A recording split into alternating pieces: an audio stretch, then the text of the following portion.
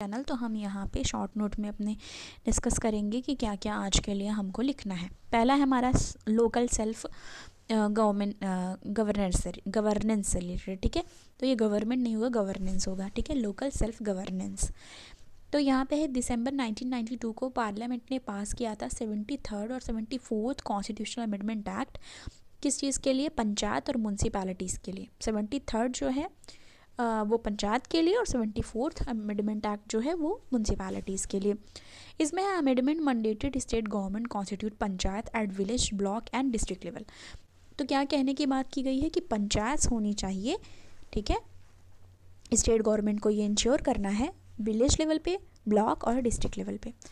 Municipalities होनी चाहिए। Municipalities form of municipal corporation, municipal council and Nagar Panchayat. कहाँ पे? एवरी रीजन में। So to institute third tier governance in federal, ठीक है, third tier governance in federal का फ्रेमवर्क थ्रू डिवोल्यूशन ऑफ कौन कौन सी चीज़ें इसमें होनी चाहिए? Function, fund and functionaries to the local government, ठीक है। अब कुछ चीज़ें हैं इम्पॉर्टेंस ऑफ लोकल गवर्नमेंट की, क्या क्या इम्पॉर्टेंस है लोकल गवर्नमेंट की, ठीक है, लोकल गवर्नेंस की। गवर्नेंस होगा, ठीक है। तो इसमें है efficient provision of public goods. एक इफ़िशिएंट प्रोविज़न होता है पब्लिक गुड्स, मतलब उन तक पहुंचाया जा सकता है locally. Can provide service as per preference of their residence, जैसे उनको सर्विसेज प्रोवाइड की जा सकती हैं उनके रेजिडेंस के प्रेफरेंस के बेसिस पे। और प्रमोट करना डीपर डेमोक्रेसी। डीपर डेमोक्रेसी का मतलब क्या हुआ? ग्रास रूट लेवल पे डेमोक्रेसी को पहुंचाना पंचायत और म्यूनसिपैलिटीज़ के through. Allow citizen to engage with public affairs more easily.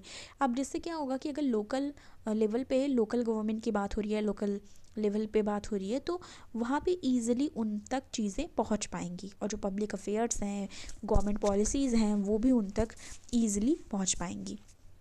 इसमें है ensure implement plans and scheme for economic development and social justice.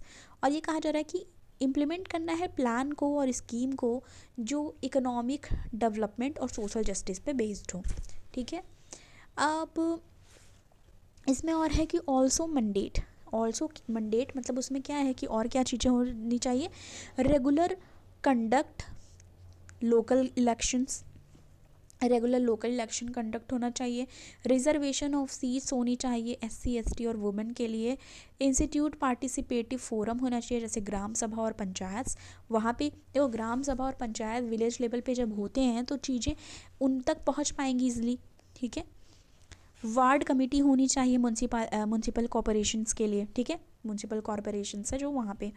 अब एक एग्जांपल दिया गया है पटना हाई कोर्ट का जो रीसेंट ऑर्डर है, जिसमें क्या डिक्लेयर किया गया है कि कुछ प्रोविज़न, जैसे some provision of Bihar municipal amendment act 2021 as unconstitutional. तो उसमें क्या किया गया है कि पटना हाई कोर्ट के द्वारा कुछ प्रोविज़न्स जो बिहार म्यूनसिपल अमेंडमेंट एक्ट 2021 के हैं उनको अनकॉन्स्टिट्यूशनल कहा गया और इसको पाथ ब्रेकिंग भी कहा गया, इस ऑर्डर को जो भी पटना हाई कोर्ट ने दिया। 2021 अमेंडमेंट में क्या हुआ कि transfer the power of appointment of grade C and D employees of, इसी से रिलेटेड बात की जा रही है जो हमने अभी डिस्कस किया। तो इसमें ग्रेड C और D एम्प्लॉयज़ के जो अपॉइंटमेंट्स हैं उनको लेके बात की गई है, ठीक है। जो एम्पावर्ड हुए standing committee municipal to the state government control directorate of municipal administration, C और D एम्प्लॉयज़ के अपॉइंटमेंट की बात की गई। कोर्ट ने एक चीज़ और कहा कि ये जो चीज़ें हैं, मतलब हाई कोर्ट ने, जो पटना हाई कोर्ट ने कहा कि ये वायलेट कर रही है 74th अमेंडमेंट एक्ट को भी, ठीक है। तो हमने ये देख लिया कि लोकल गवर्नेंस की, और कई बार क्वेश्चंस आते हैं कि लोकल गवर्नेंस पे लिखने के लिए या लोकल गवर्नमेंट पे लिखने के लिए, तो ये हमको चीज़ें पता होनी चाहिए कि वहाँ पे चीज़ें ग्रास रूट लेवल पे कैसे मैनेज होंगी।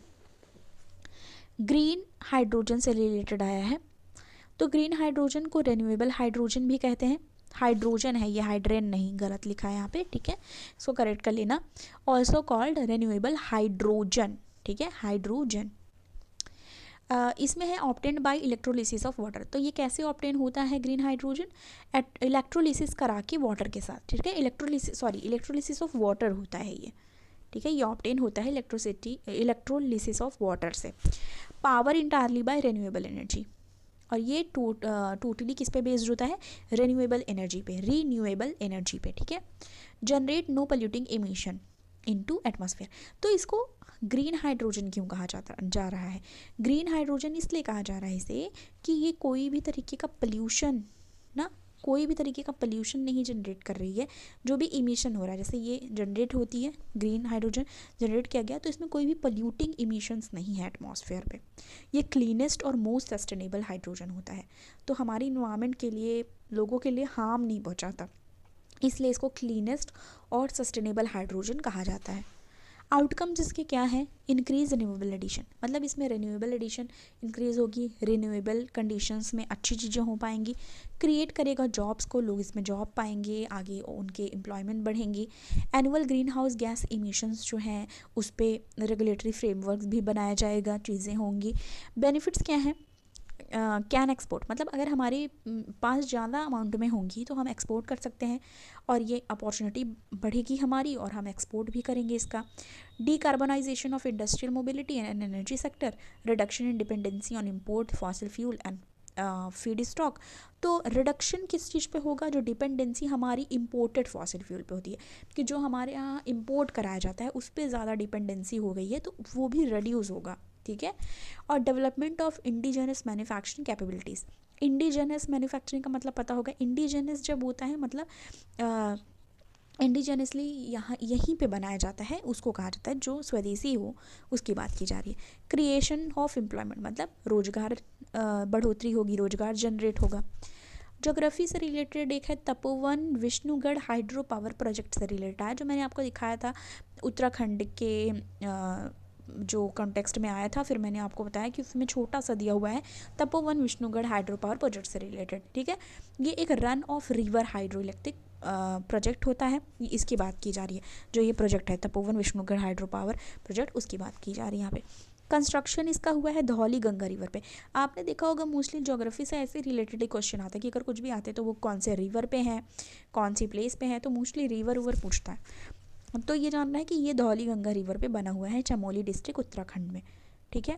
और ये पेल्टॉन टरबाइन जनरेटर के यूज से इसको जनरेट किया जाता है, ठीक है। और run of river hydro electric क्यों कहते हैं? क्योंकि ये नेचुरल फ्लो ऑफ रिवर जो होता है उस पर ये किया जाता है, ना कि स्टोर्ड वाटर पे, ठीक है। और यूज़ किया जाता है टरबाइन का। और ये पेल्टन व्हील और पेल्टन टरबाइन क्या होता है? इम्पल्स टाइप वाटर टरबाइन होता है ये। और ये इन्वेंट किया गया था, जो अमेरिकन इन्वेंटर थे लेस्टेल एलन पेल्टॉन, 1987 में उन्होंने किया था। तो ये सारी चीज़ें थी जो हमको आज डिस्कस करनी थी। Thank you so much.